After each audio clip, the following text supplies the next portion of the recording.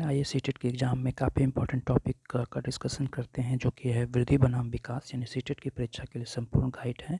वृद्धि और विकास में क्या अंतर है? वृद्धि केवल शारीरिक परिवर्तन है। इसमें लंबाई, भार और चौड़ाई, व्यक्ति की लंबाई, भार और चौड़ाई के गुण पाए जाते हैं। मात्रात्मक का मतलब होता है क्वांटिटिव, यानी 6 फीट या 55 केजी। इस प्रकार से एक तरह से क्वांटिटेटिव है, यानी कि मात्रात्मक अवस्थाएं होती है। वहीं मापन संभव, जिसका मापन संभव हो, दिशा निश्चित होती है और जीवन भर नहीं चलती, एक परिपक्वता पर रुक जाती है। यानी कि जो वृद्धि होती है वो मनुष्य की एक परिपक्वता आने के बाद से वो रुक जाती है, उसके बाद से वृद्धि की गुण नहीं पाई जाती है।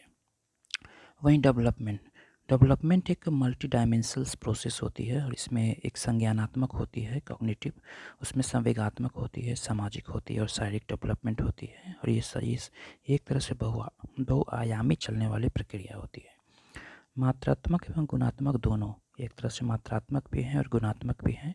कुछ पक्षों का मापन संभव नहीं है इसमें और दिशा निश्चित होती है। जीवन पर्यंत चलने वाली प्रक्रिया है, यानी गर्भावस्था से मृत्यु तक चलने वाली प्रक्रिया होती है। विकास की दिशा का सिद्धांत, यानी प्रिंसिपल ऑफ डायरेक्ट डेवलपमेंट। सबसे पहले बताते हैं सिरगामी, यानी कि सिरगामी अवस्थाओं में सिर से पैर की ओर अवस्थाएं बढ़ती है, यानी टॉप टू डाउन, यानी अवरोही क्रम में। बच्चा पहले अपने सिर पर नियंत्रण करता है, सीखता है और फिर धड़ और अंत में अपने पैरों पर। अधोगामी का मतलब होता है समिस्त दूरस्थ, यानी प्रॉक्सिमोडाइस्टल, यानी केंद्र से बाहर की ओर। स्थूल से सूक्ष्म की अवस्था इसको कहा जाता है, यानी ग्रॉस टू फाइन।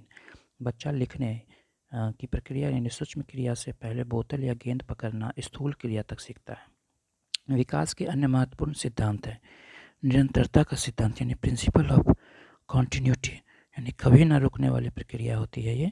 भविष्यवाणी का सिद्धांत, यानी प्रिंसिपल ऑफ प्रीडिक्टेबिलिटी, यानी कुछ हद तक भविष्यवाणी, दूध के दांत को टूटना।